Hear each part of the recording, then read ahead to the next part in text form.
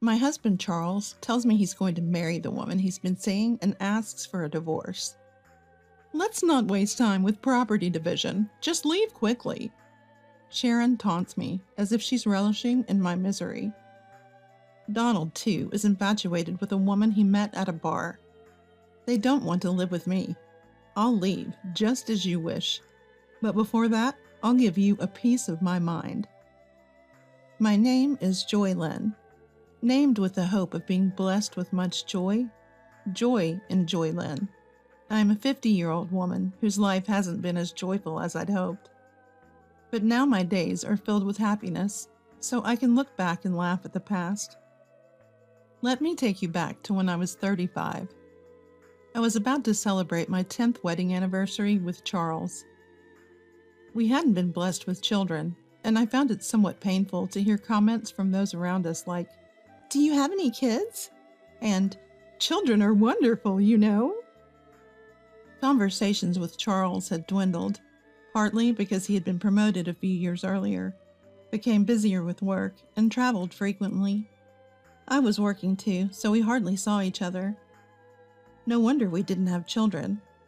Well, this too is a form of marriage, and it's easier on our minds. Having children or not, it doesn't matter. That's what I thought. One day, our family grew in a way we hadn't expected. It wasn't an angelic baby that arrived. Instead, it was parents-in-law that seemed like demons from hell. Apparently, right after we got married, the parents-in-law had been constantly telling Charles that they wanted to live with us. Charles weighed the hassle of living together against the hassle of continually refusing. As a result, he decided that living together would be less of a hassle. Surprisingly rational, or not. Hey, I didn't agree to live together. According to Charles. I'm hardly ever home, so it's fine. It might be fine for you. But still, as Charles said, it's fine if the parents-in-law are good people. I had a hard time with these parents-in-law, even before we started living together. They were the ones who persistently asked me, "When are you having kids?" Sharon would always say, "The more children you have, the better," every time we met. But you only gave birth to Charles, right? Living with such parents-in-law? It's a stomach-churning story. I wonder how living together will turn out. My expectations were quickly betrayed, not in a good way. It turned out even worse than I thought. Donald solemnly declared as we started living together, "We won't give you any pension or living expenses." Then Sharon continued with a smile, "Let's go with that arrangement." Wait, what kind of arrangement is that? Charles also said something like, "We both work, so we can manage without receiving living expenses." So Charles is one of them, too. I had never been particularly dissatisfied with Charles until now. I didn't expect much from a husband even before we got married. I thought a husband who doesn't get angry easily and works hard was good enough. But now, a wave of complaints that I never had before came rushing in. Moreover, as I lived with the parents-in-law for a while, I gradually understood the reason they wanted to live with us. Donald would often go out somewhere at night. I believed him when he said he was going out to drink with friends. But then, I found a point card from what you'd call a nightclub and a business card with Nancy written on it in the laundry. There are various types of bars, but this was clearly a service industry that directly satisfies a man's desires. I see, he likes Nancy. I can't believe he's still so energetic at his age, I thought. Of course, I meant it in a bad way. No wonder he can't give us living expenses. He's spending it on Nancy. It can't be helped. No way. On the other hand, Sharon gradually started to harass me. Moreover, she was cunning and intensified the harassment gradually. So much so that even I didn't notice at first. At first, I thought she was being kind. I could have endured it if it had just been about the way I fold laundry or season my cooking. But there were times when Sharon called me by the name of Charles's ex-girlfriend. Every time Sharon would apologize, saying, I remember her strongly because she was the first girlfriend Charles introduced to me, too. I didn't do it on purpose. I'm sorry. At first, I thought, Sharon is old, so maybe such things happen. But as it continued, I realized something was off. Speaking of which, every time I took a shower, the bathroom was always dirty. I initially thought the mess in the bathroom was from Charles and the others who had gone in before, but no one complained about the bathroom being dirty, so without a doubt, it must have been Sharon who was in before me. There were other instances too, like when Sharon mistakenly, thinking everyone had already bathed on a snowy day, unplugged the bathtub, leaving me to shower in the freezing cold. She also once took my favorite necklace from the closet without asking and then lost it. Each time, Sharon would say, I didn't do it on purpose. I just wasn't thinking. I'm sorry. While it's possible to accidentally shower or call someone by the wrong name, taking jewelry without permission is not something that can be brushed off as a mere oversight. I began to suspect that maybe this was all intentional harassment aimed at me.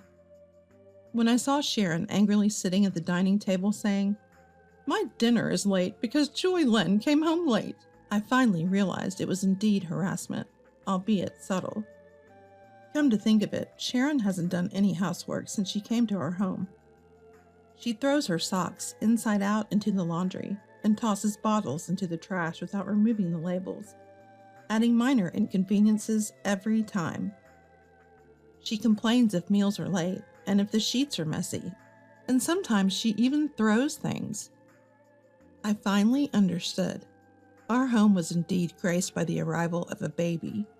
2 of them, in fact, both big and delightfully stubborn. Exhausted from my job as a caregiver, all I wanted was to quickly escape this situation and go to bed, so I kept silently tolerating Sharon's behavior. I didn't have the energy to argue with anyone when I returned home. I wanted to rest as quickly as possible, even if it was just for a moment. While I was exhausted and didn't notice at first, it seemed that Sharon knew about Donald's night outings. When an actress appeared on TV, Sharon persistently asked Donald, Donald, don't you like girls like her? You do, don't you? The actress's name was Nancy, the same as the girl from the bar. Donald looked pale. After that incident, I asked Sharon once, Are you okay with Donald going out like that? Sharon replied, If I get a divorce, I'll be someone who has a divorce history at this age, right? That's miserable, and it looks bad to society. Of course I don't like it. But he's just playing with professionals at the bar, right? If he's not serious, I can accept it. She wasn't holding back from divorce because of her concern for Donald, but rather she feared becoming someone with a history of divorce. I couldn't understand it. Turning a blind eye to infidelity must be causing her significant internal stress. And Sharon's outlet for that stress was harassing me. By harassing me, not only could she vent her stress, but she could also avoid doing housework. It was like killing 2 birds with 1 stone. I was certain. I knew why Sharon had insisted on living with Charles. Since living with the in-laws, Charles increasingly made excuses not to come home, saying he had to work overtime. This house was rotten from the roots to the pillars. At this rate, even I might end up crushed under the rotten floorboards. It happened one day, about 6 months after we started living together. Charles, who rarely had the same day off, said something unexpected. Please, let's get a divorce. It was a bolt from the blue. It turns out Charles had been having an affair with a classmate for a long time. He even said he wanted to marry this person, and I had no clue. Apparently, they started dating just before he got promoted. I thought he was working hard for our sake, but could it have been for his classmate? Was it my fault for not paying attention to Charles's behavior, using my exhaustion as an excuse? I thought affairs only happened on TV, and to people like Donald. No, maybe it's natural for Charles to cheat, given that Donald does it too. Once this house is ready, my girlfriend and I are moving in. You can take your things and leave, Charles declared. Sharon asked, What's going to happen to us? You can stay. My girlfriend doesn't mind sharing, Charles responded. What a nice girl. Joy Lynn, don't let her get away with it if she asks for property division. We're going to use this house and everything in it. Donald chimed in. Yeah, she's a really good girl, especially if she's cuter than Joy Lynn. Sharon shot Donald a look as if to say, There you go again with women. But Charles and Donald just laughed.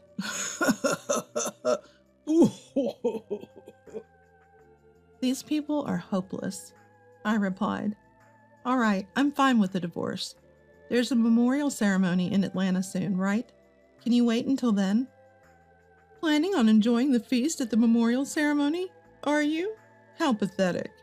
There's no way I'm taking a woman who's divorcing me. Just leave already. Who's the pathetic one here? Who cares about the food? Despite everything, Sharon and I, the only women in the room and both cheated on, can't seem to get along. No, I was planning to move out on that day. Going back home is a bit embarrassing since I was cheated on. Finding a place and handling the paperwork takes time. I thought it would work out around then. Charles, not Sharon, replied condescendingly. If that's the case, fine. Cheating and then acting all high and mighty? Don't underestimate me. I'll destroy everything. A week passed, and the long-awaited day of revenge finally arrived. That day, my parents-in-law and Charles left the house early in the morning to attend a memorial ceremony in Atlanta. They planned to return by evening. All right then, let's give it a try. The garbage collection service I had hired arrived. I had them load all the furniture in the house into the truck. The sofa, the microwave, Charles and the parents-in-law's bed, and Sharon's clothes that had accumulated since moving in. Charles' favorite new vacuum cleaner, even the refrigerator and its contents, all of it gone. Ah, minimalism is wonderful. With each item thrown away, it felt like my troubles were disappearing. Next, the movers came to transport my important belongings to my new place. By evening, the house was empty. The front door made a sound. It seemed Charles and the others had returned. I decided to greet them one last time, as a good wife, and stood at the entrance with a smile. What? You're still here? Charles frowned openly. So did my parents-in-law. Oh, that's harsh. It's the last time, so it's fine to see each other's faces before leaving, right? I wanted to see your face. Huh? You still care about me? Blushes slightly. He chuckles. What's the big deal? Fine. Let's have a meal together one last time, shall we? Charles, strangely in a good mood, heads towards the living room saying this, followed by Sharon, who looks exasperated, saying, Charles is so sweet. Donald, on the other hand, turns to me with a proud look, saying, That's my son. I'm baffled. Having a meal, huh? Would have been a nice way to part if there was anything left to eat. Huh? What? What? The meaning of my words, Charles, upon opening the living room door, lets out a silent exclamation. Sharon, annoyed, peeks into the living room after Charles and exclaims just like him, What? Ah! Donald does the same. Wait. Why? The fridge. No, even the furniture, appliances too. Why is there nothing anywhere? Of course, I threw them out. The house feels much bigger now, doesn't it? I thought it would be bad to leave old furniture for your new life with your girlfriend. Consider it my parting gift. Threw them out? Why? Weren't you preparing to move? I've already moved. You throw away things you don't need when you move, right? Have you forgotten? Most of the things we bought when we got married were purchased with my money. Nothing bad will happen just because I, who didn't need them, threw them away. At my words, Charles points at me, his mouth moving, but no words coming out. He seems too shocked to speak. With this, I'll forego any division of property. Well, there's hardly anything to divide anyway. Sharon, furious at my smile, says, "What have you done?" I'll return that phrase to your foolish son. There are limits to indecency, like cheating while having a wife and then saying to leave because you're remarrying. Wasn't your upbringing at fault? How could you speak to me like that? You were such a terrible daughter-in-law. Do you still consider yourself my mother-in-law? To me, you're just another old lady. I speak with a malicious smile, and Sharon mutters, "So ungracious." Shaking with anger. It's a secret that seeing Sharon angry is starting to be a bit fun. Don't you remember? If I ask for division of this house, you can't refuse, can you? Without the house, where would you two strangers live? You sold your family home, right? Yes, the parents-in-law had sold their house when they moved in with us. We won't need it anymore, they had said. So this house was absolutely necessary for them. They sided with their son's affair over his wife, probably thinking, "As long as there's a house with a housemaid, anything goes." Hearing my words, perhaps feeling rushed, Donald intervenes. Well, well, let's settle this amicably. Pretending to be a good person.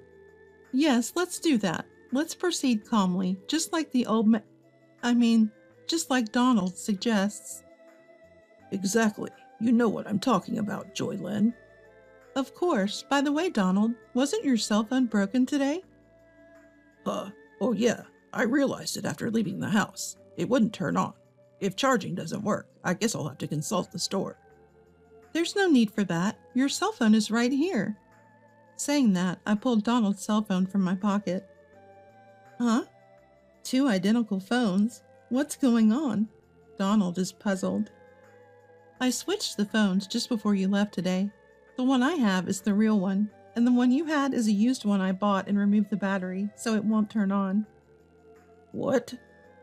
Since you aren't tech-savvy, I thought you'd just give up easily thinking it's broken or out of battery. It seems like a huge success.